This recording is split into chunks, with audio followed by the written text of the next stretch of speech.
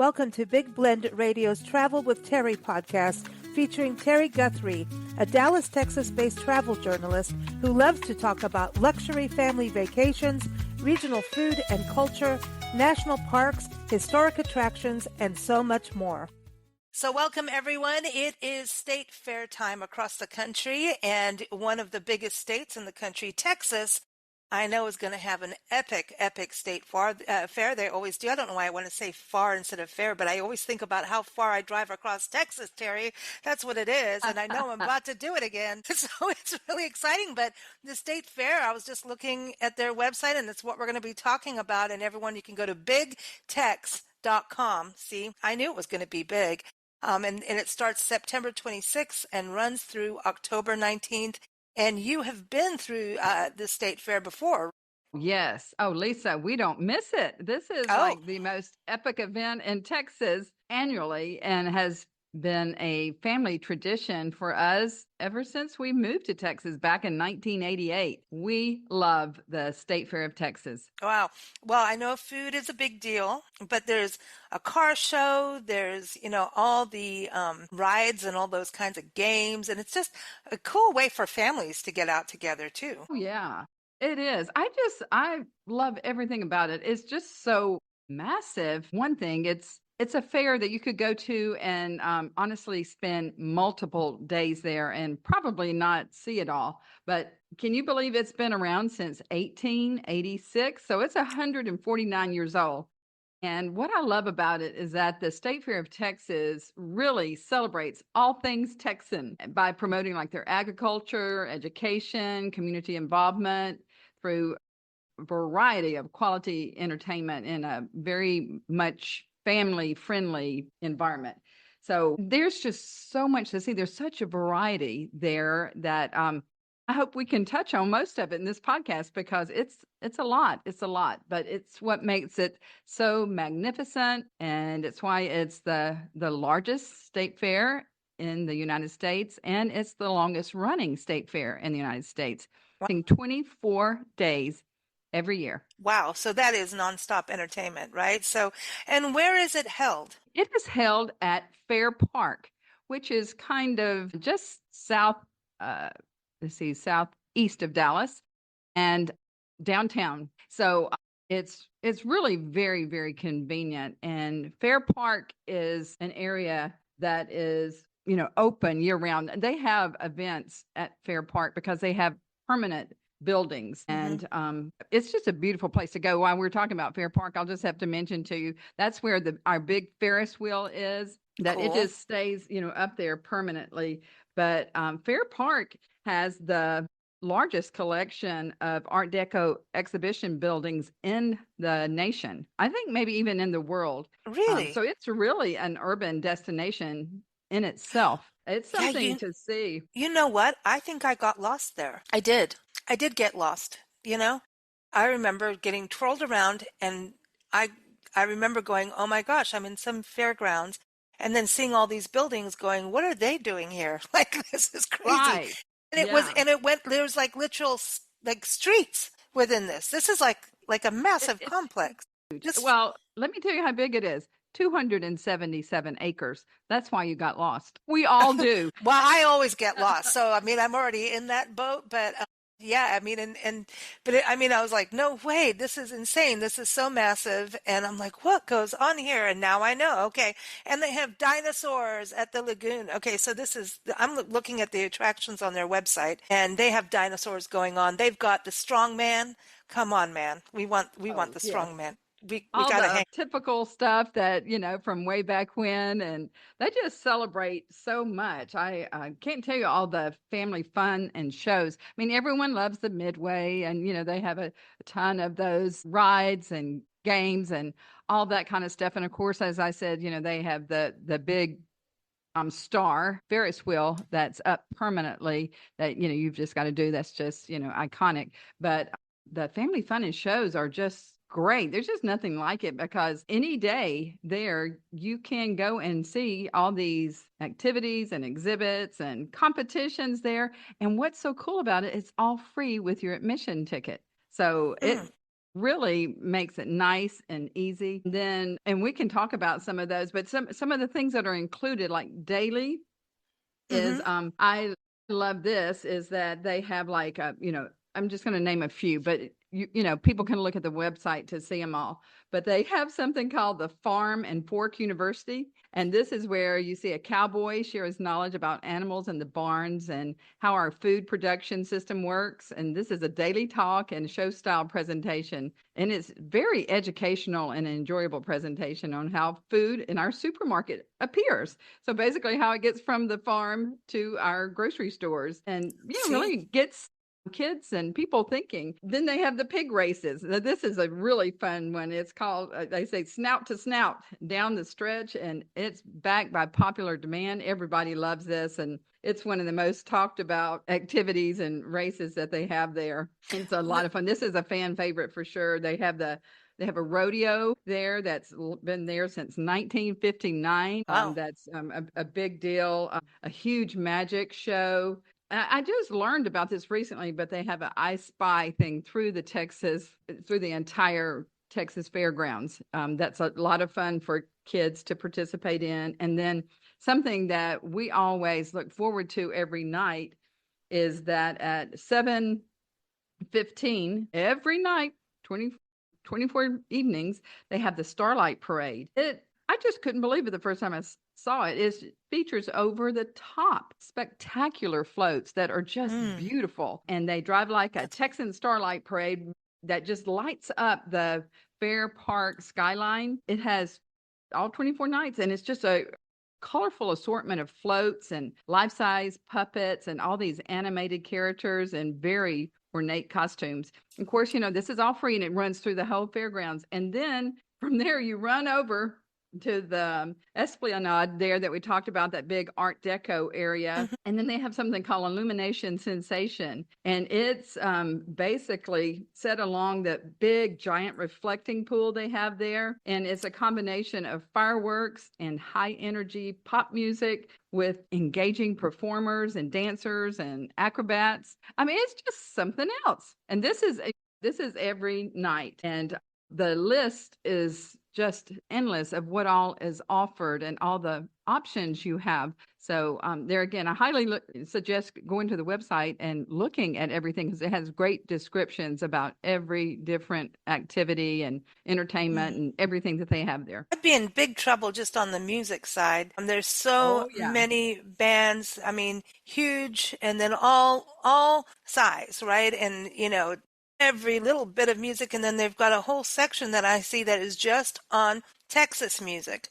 Texas musicians, and it's amazing, you know. It is amazing. I mean, the State Fair of Texas basically has a musical festival going on within it. I think there's a total of 6 different big stages. One is called the Chevrolet Main Stage, and that's the one that has it's the largest one, and it has several concerts every day, every night. And then on the other 5 stages, no, so I guess there's a total of 6. On the other 5 stages, there's many like Texan musical artists like you were talking about that can be experienced like no other place. So no matter the genre, the State Fair of Texas has something that everyone's going to like musically. And so that's where I also would like to say, Lisa, that I think it's really important that before you go, to look at their website and look Mm, at their schedule of events and kind of map out your day, because yeah. the place is massive. And you've got to want, and most everything they have, the concerts all have different times, but all the different fun shows and competitions and stuff, they run about 4 or 6 times a day. So that's nice. They offer them a lot, but you want to kind of plan your schedule around the map to be sure that you're making the most of your time, because it can get challenging. And of course, there's crowds you've got to wander through, but we usually get our exercise when we attend the fair for I was sure. gonna say, I know, because you're gonna walk off the fair food, and we got to get into the food. I mean, because fair food is like a whole other Hmm. deal. But I mean, the music, you're really right. I mean, it's cool because it's like the music is all free with it's included in your admission, your tickets. But yeah, you want to go on the day that you want to be able to go see somebody perform. That's somebody you want. I'm like going, they got TLC. I'm like, what? I haven't heard them like, live. Like I haven't, that was when I was in high school, I think. They got, yeah, I mean, they've got so many, I mean, a little bit of everything. I'm sorry, but I'm such a huge music person. I'm a little Yes, crazy. I The band know. Perry has done so well over the last few years, especially just in country music has done so good. And it's just, this is amazing. But I really love that what the fair is doing is really supporting Texans. They have a whole section on their site supporting Texans, and it has to do with scholarships, agriculture, the community, nonprofits, urban farms, so I think that is so cool that it's like, hey, we're representing who we are as a state, but looking at the agricultural side and the education side, and it's cool. It's cool. And I know that this goes Yes. in through schools with the 4-H programs and all of that. Yes, yeah, it's very educational. In fact, even the I Spy thing and some of the different things that they have really bring in the different regions of the state and talks about different industries there and just helps people get acquainted with the state of Texas and what all's going on in this massive state. It's huge. Now, what's the connection with the Smithsonian? There's a whole thing going on there. Yeah, well, isn't this just the coolest thing? It's something that I learned that they have been working on for the past 5 years. And it's called Smithsonian Growing American Craft. And basically, it's the first major exhibition to survey Americans' state fairs, which is just such a, I don't know, such a ground roots thing in each state. It's the state fair. So it's a very much a extraordinary and unconventional crafts from the 19th century all the way to the present. And the exhibition includes like exceptional examples of American craft and highlighting personal stories and regional and cultural traditions. And I love this idea. I have not been able to attend, but I certainly plan on it. But it's the first of its kind to, really dedicate an exhibition to artists' contributions to the U.S. tradition of state fairs. And they have more than 240 artworks on view dating from the mid 19th century to now. And I love that they have like a ribbon, like blue ribbon winning artworks and engaging craft demonstrations that illuminate the lives of the artists and their families and memories and struggles. It really offers a perspective on the social power of fairgrounds across the United States and helps dispel stereotypes about rural communities. So Hmm. so many, I think this really showcases things that people wouldn't ordinarily get to see. That's what I think so special about it. And from different states, because not too many people get to go to other state fairs, even though the Texas State Fair it is a travel destination. But Yeah, what yeah. I love about this though also is that at this exhibit at the Smithsonian, how I came about knowing about this is because, they had I guess they asked each state fair to send in something that's kind of iconic for their state's own personal state fair. And so of course we had to send in Big Tex, our big giant cowboy, send in his big cowboy boot is the size 96. Boy, oh boy, And I everything's think bigger in it's Texas. Yes, and they made a special one, and they so funny. I watched it where they had a big send off party for it, and it was on the back of a huge 18-wheeler, and Oh my it was, I gosh. mean, hilarious. This giant cowboy boot. And then I love this that the Iowa State Fair, that's another famous state fair. It has a life-size butter cow. That's insane. Butter melts. It's not margarine. It must be in a very cold place, but I think it's a Jersey cow. And yeah, and they also have something like featuring a pyramid of more than 700 glass jars of preserved fruits and vegetables by this canning superstar. I bet that's beautiful to see. Well, I love this because, like you're saying, it's, the growing American craft, it really gets back to, do we understand what's on the grocery store shelves? I mean, last episode we were talking about Central Market, and Yes. how they're, educating those of us who want to go there and can get there on German food, wine, beer, all of it. And, it's serving the German community for sure of Texas, which is big. But for those of us who've never had German food, it's like a way to get started, So So I think it it's really, it yeah. really is connected. It connects you from point A to point B. How does it get from A to B? I know. I love this. I love But this. one thing I Yeah. was going to mention also, that if you cannot make it to the Smithsonian exhibition, they have a beautifully illustrated catalog that's published in association with Smithsonian Books. And so it's available for purchase, all about this state fair Mm. over our nation. I love it. And everyone, the link is in the episode notes, just the same as Big Tex. We always want to link up with a Big Tex. Sorry. I just hear that song Big John in the back of my head, but it's Big Tex. We'll have that linked in the episode notes for everyone to easily get to.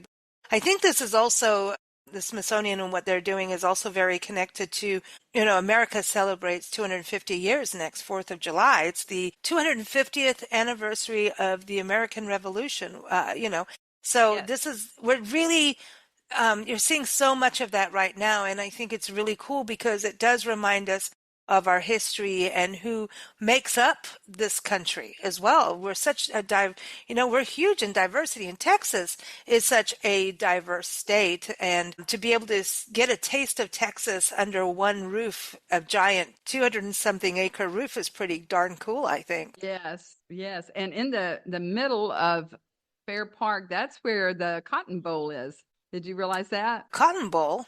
Yes, uh-huh. Where they have all the like Cotton Bowl football game, and they have lots of football games, but one particularly one that's very famous, and it happens every year, the second Saturday in October every year there at Fair Park, is the Red River Showdown. And this is dates back to 1900, and it's one of the oldest and most storied rivalries in college. It's between the University of Texas and the University of Oklahoma. And so, Oh.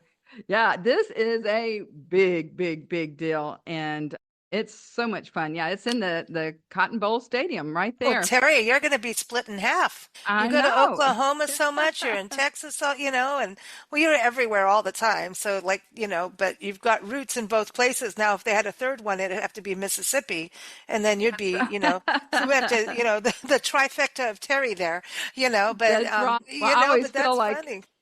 I win either way because I'm always pulling for both of them. But it's a big, big deal. I mean, in fact, right, we live not too far off of Interstate 35 that runs from Oklahoma City, Norman, Oklahoma, where the University of Oklahoma is, and um, I-35 goes straight down into the heart of Dallas. Oh, we It's know that like a highway so well. you We do. do, yes. Oh, yep. Well, it is like a parade. You can't, it's a huge thing. People stand on the overpass bridges, and as all the buses and all the stuff from the University of Oklahoma comes down, we can see that. I'm sure the same thing happens to the south, where all the trucks and everything's Hmm. coming up from the University of Texas in Austin. But it's so much fun. It's so much fun. It's such a great, great, great tradition that Well, everyone yeah, loves. this really brings up. I remember Nancy and I going to USC, and it was USC versus the Bruins,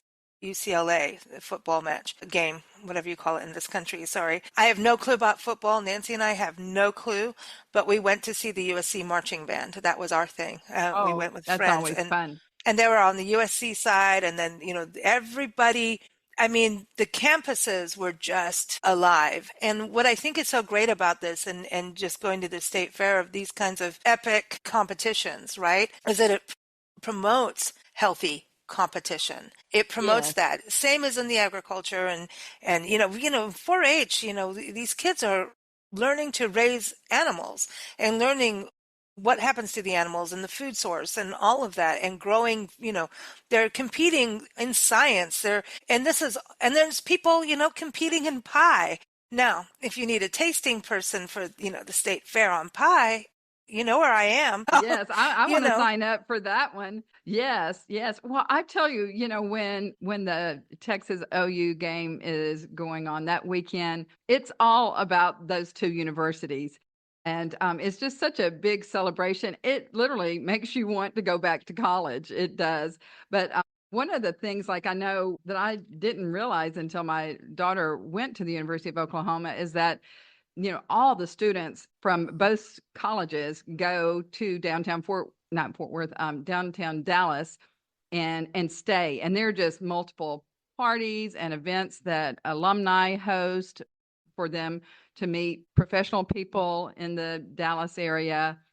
And there is so much going on behind the scenes, but I know that like my daughter and her friends, they always would stay at the Sheraton. And I have to tell you, the Sheraton downtown Dallas is the largest hotel in Texas, and it's the second largest Sheraton in the world. So it's huge. It has almost 2,000 Wow. rooms, if you can believe it. But many hotels, but including the Sheraton, they offer these really great discounted packages during the entire time of the Texas State Fair because, like I said, you would want to go and stay multiple days. I'm even thinking about doing it, even though I don't live that far, but I would like to be closer to the state fair. And it's perfect, for anybody that may be like traveling out of town. But it's really nice because you get, like complimentary parking, easy access to the Nice. fair through the DART system, and food and beverage credit. So a lot of Dallas celebrates the state fair with discounted packages. And it's all about the OU and Texas game. And then just the whole 24 days is about the Texas State Fair. It's just a huge celebration here. Now, food. This is important, Terri. There's more than pie going on. And Oh, yes. listen, funnel cakes, come on. Corn dogs, right? Wait, Lisa, back up. It's called corny dogs here. Okay. Yes, because of Fletcher's. They invented the corn dog, but they call it the corny dog. But it was invented at the Texas State Fair. Fletcher's corny dogs. Yes. Excuse me, I didn't click on that link on the website quite yet, but I'm getting there. So that's the thing, because the food is a big deal. And why do they have to put that hamburger right there on that? I want that hamburger. Like I know. I mean, actually have been invited to go to sample all their foods, the winning foods, and I'm like, oh, should I go or should I not? I don't know. I want to, but I'm just thinking. You want to go. Come on now. Of all the Come on. pounds I'll gain, I know. I mean, Oh, come on now. You do fried enough walking around, Just call this culinary concoctions. I mean, it's just the ultimate in creativity. And, well, let's just talk about some of the names of them. Let's see. We have it's all different categories from drinks to sweets. And so we have a cornbread donut. Yes, please. That sounds good, doesn't it? I love this. Like I said, the fried pickle bombs, frozen back. Yeah. Okay. Let's see. Lobster three ways. Well, you just came back from Maine, so I think you should that's go. calling my name. I am a huge fan of lobsters. I love that. Let's see. They have this bacon jam Wagyu sliders. That sounds good. Oh, yes. Key lime Cinnamon pie rolls. bombs. Did you say? You seen cinnamon rolls? Yes, there's the OG handmade cinnamon rolls. I'm in for that. And then the rodeo roper pretzel. I'm always in. But yeah, that sounds good. Bacon jam Well, this one, cannolis. I'm looking at this is interesting. The Yabba Dabba Doo Dirty Sprite. I'm in for a dirty Sprite. I know what's in there. No. Dirty Sprite. No. The names are hilarious always. Last year they had fried bubble gum. I mean, it's just crazy stuff. You need to go do this. I'm sorry. I know you're traveling around, but I want the wild corn wheels. Yeah, I know. Doesn't it sound good? Corn on the cob. Okay, it's got corn on the cob with butter, salt, pepper, and up to 2 hot sauces. Oh, yes. If it's got butter, boy. Yeah, I think, and this is it, a UFO-shaped smash burger. Yes, I'm in. I know. It's out of this world. Amazing. It is so fun. Yeah, the Texas State Fair has just intense competition for this. Yes, it's a big, big, big deal. And it's always so much fun to try it. I remember when our girls were in high school, they had fried Coke. I mean, I just like, how do they even do some of this stuff? I have no idea. But I think that's cool. Now, didn't one of your kids go and actually compete in the cooking? Oh, yes. Yeah, I had kind of forgotten about that. This was so much fun. Cody, my daughter, she had a cooking column in the local newspaper here. She had it for years, 10 or 12 years. I can't remember. Oh, something is really connected with this in your family. This is fun. Yes. Yeah, and I shouldn't say kid for Cody either. Right. Yeah. Young lady would be better. Now. Yeah. But one year we When we were looking through all the different pavilions and stuff, we saw where they have all these like food competitions and things and baking competitions, where you get that blue ribbon pie and that type of thing. And they had a kids division, which we were not even really aware of. But anyway, we put that, on our calendars for next year. And we're like, she really wanted to try that. So we did. And I have to tell you, we didn't know what we were doing. We've never done anything like this. And a lot of these people that compete, they compete year after year after year. And I just remember it was just so much fun. But we got there and she did a cranberry almond coffee cake. I will never forget. And it did not, she made it early that morning, so it would be fresh. And it did not come out great. And it was kind of broken up. So we ended up cutting it in squares and just put it in this cute little basket, which I thought, okay, that's going to kill her right there. But anyway, we get there. She, carries in her little basket. And this one lady asked us, she said, now, do you compete in this, regularly? And we're like, well, no, we never have, this first time and blah, blah, blah. And she goes, well, I'll just have to tell you that chocolate always wins. So unless you made something chocolate, then you just as well go home. And I said, well, we don't have chocolate. Well, but anyway, so she, they called out the winners, and then they had maybe like the top 10. And then they had judges go. And I think every other winner in her category was chocolate except hers. And then they named the best of show and then a first, second, and third. And Lisa, lo and behold, she won best of show with her cranberry almond coffee cake. She sure did. And Wow. We were just flabbergasted. We just couldn't believe it. And what's so cool that another thing that the State Fair of Texas does that it's just mind-boggling all that they do, but they do a cookbook each year too. And so they always have all the winning entries in there and more. And so she was actually on the cover of the State Fair of Texas cookbook. You go, girl. That's right. And see, you don't listen to the little competitive, ladies sitting there telling you, you might as well go home. See, people do that.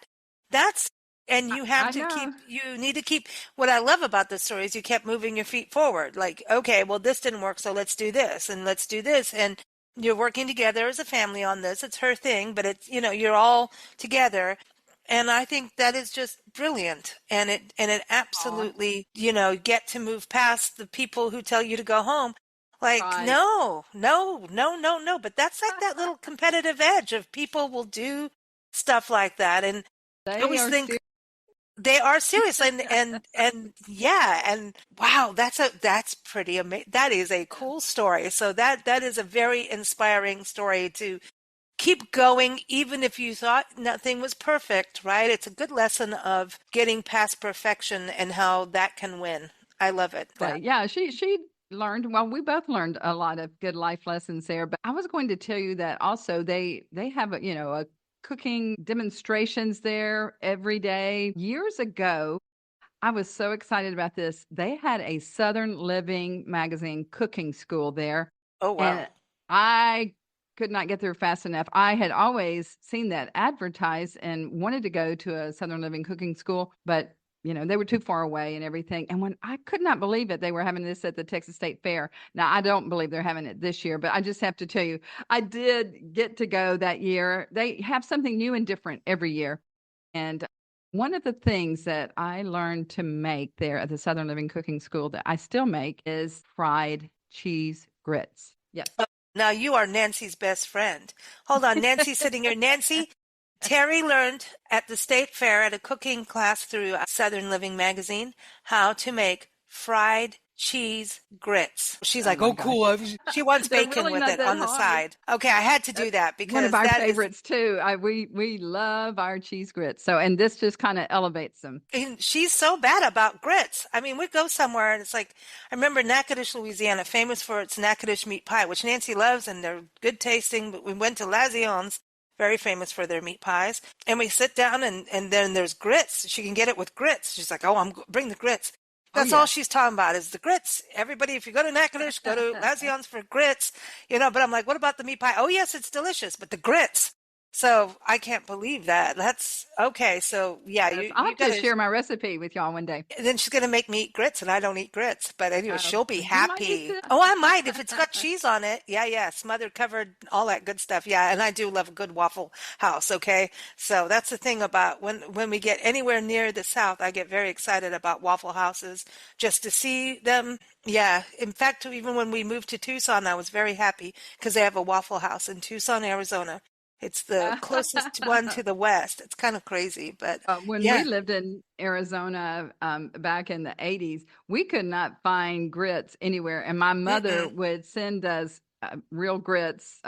She would mail them to us from Mississippi so that we could have our grits because that's just, if you grow up on it, it's just something that's very Yeah. endearing and that you love. And we still, I mean, I eat grits at least once a week. Oh, Yeah. wow.